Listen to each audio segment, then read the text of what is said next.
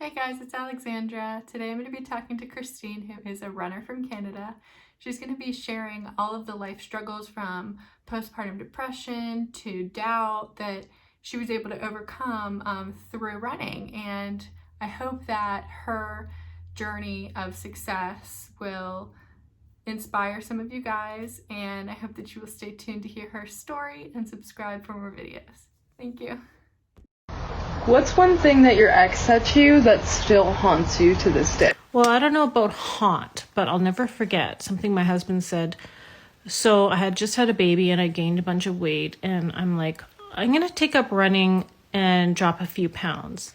And he looks me up and down and he goes, You can't run. You don't have a runner's body. And that was just, oh, I was so mad. So this is what I did.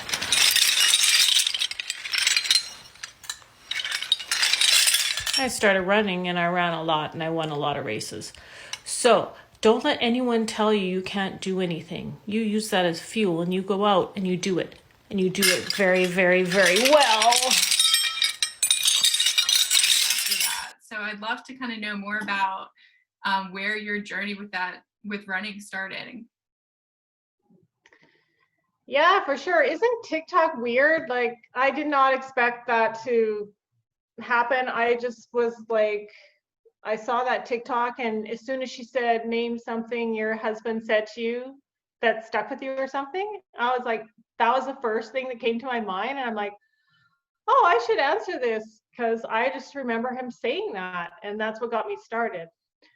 So, yeah, it was, I think, it must have been 87, and I still remember it. It's so weird.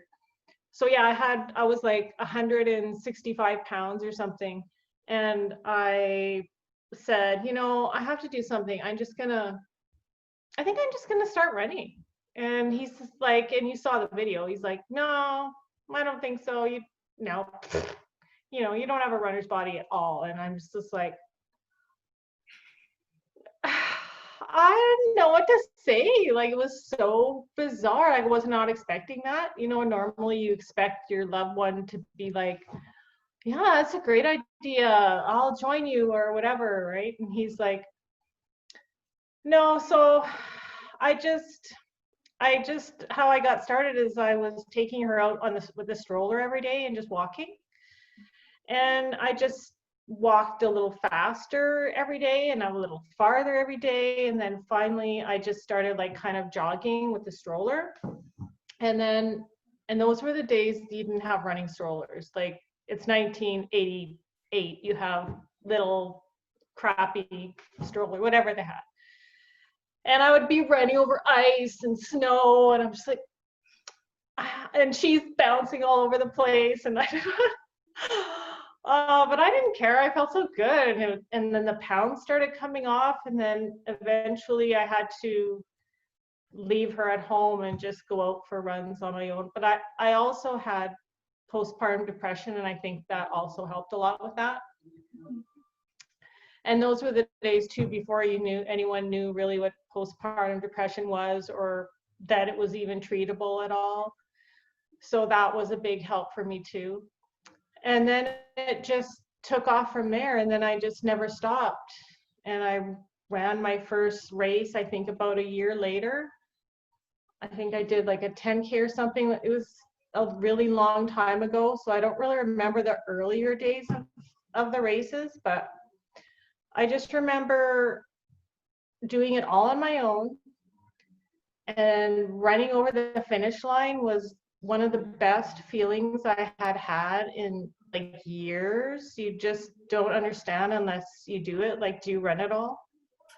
Not well. I mean, I'm kind of like jog and stuff, but I don't compete or anything like that. Yeah. So when you run across the finish line, there's all these people there and they're cheering you on, and they don't even know you. And there's like music, and then sometimes they even have an announcer that says your name as you're coming across the finish line, and everyone's clapping and watching you. And it doesn't even matter how well you did in the race, they're still clapping for you. And so I just remember that feeling, and then I just got really addicted to that feeling. and it made me feel good about myself, and I just kept doing it and doing it, and eventually I just feel like I outgrew my husband. He wasn't interested, and I mean, I could talk for an hour about what ended the relationship, but that was kind of like the beginning of the end. Mhm. So what do you think when you think about the fact that you overcame that adversity?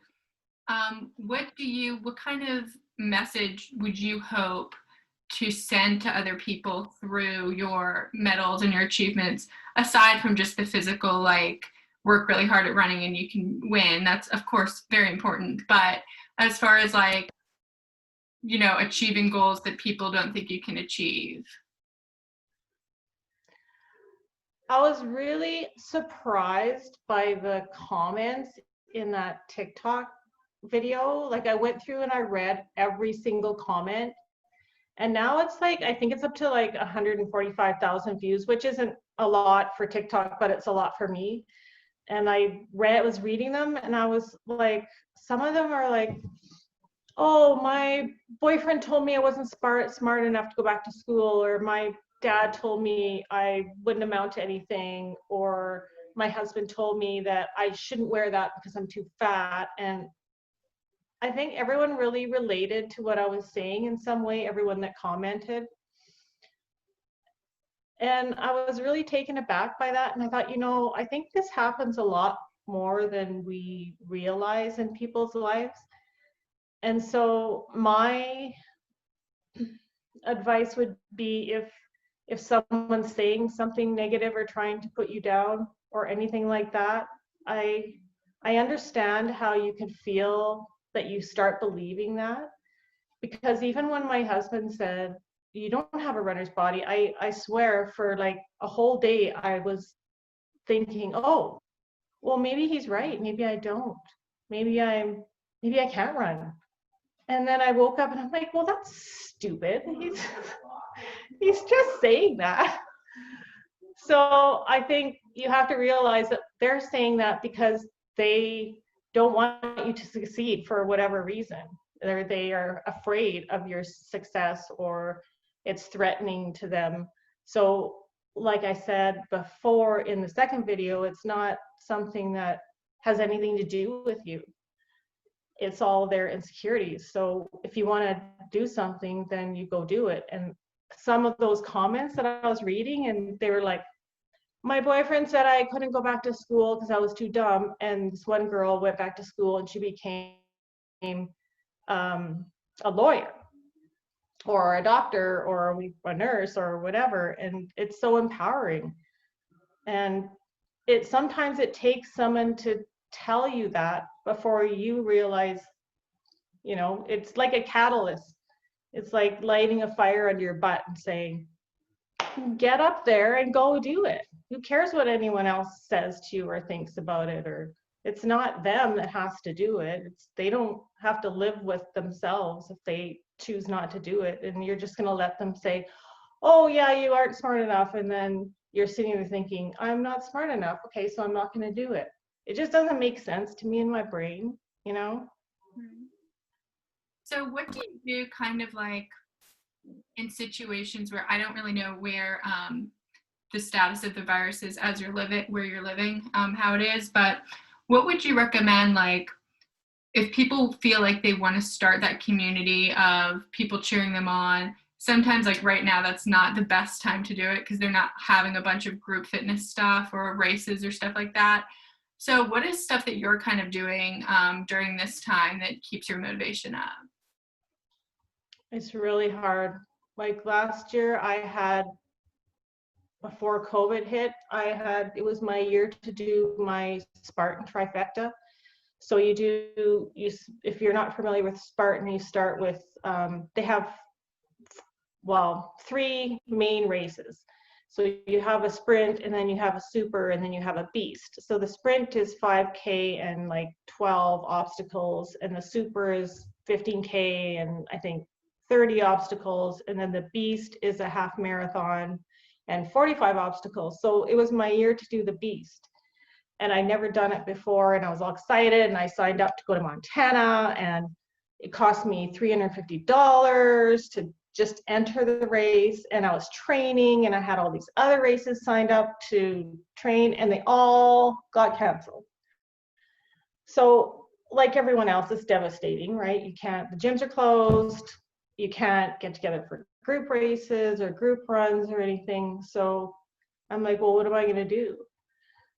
So the races were canceled, so I didn't have to really worry about that. But I started a new job, and the people that I were working with were interested in my running. So I just talk about it. And the one girl that I was working with said, oh, well, I've always wanted to learn how to run. Would you mind teaching me? And I'm like, sure. Be like I've taught before. I used to work for a company called the Running Room, and we take people out on runs and teach them how to run 5Ks or 10Ks or I guess 8 miles to you, or marathons. And so I'm used to teaching running. So I'm like, sure. And people have asked me to teach them how to run before, and they get excited about it, and then it never happens. But she actually came out. She said, okay, I'm ready. Sign me up. So I've been teaching this girl at work how to run. And then someone else at work found out that I was teaching her. So she's like, well, I want to learn how to run too. So now I'm teaching a whole bunch of people at work how to run. And it's just like, I work with them all day. So it's not like I can't get together with them outside of work. So I just take them out around our little circle, and we take them around the block, and we start out really slow, like you run 1 minute, then you walk a minute, you run 1 minute, you walk a minute, and then when you increase your distance, then you run 2 minutes, and you walk a minute, and then you continue on until you're running without stopping. So that's kind of what I'm doing. And then when I leave them, after I teach them, I go on my own run, because it's like a warm-up for me. So I do that, and then I have a home gym, and we do Zoom classes with my Spartan gym that I go to. So it's not the same, but I have to do something. Even if I just get out and walk my dog or something, it's something. Mm-hmm. But I can't just sit at home and do nothing.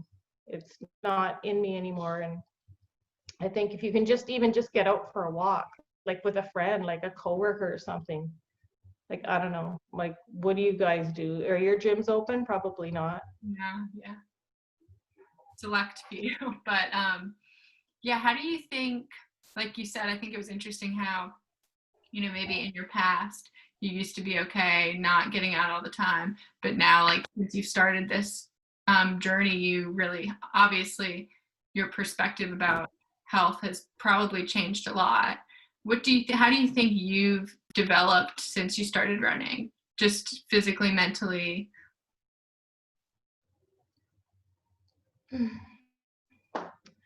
I'm not the same person I was, for sure.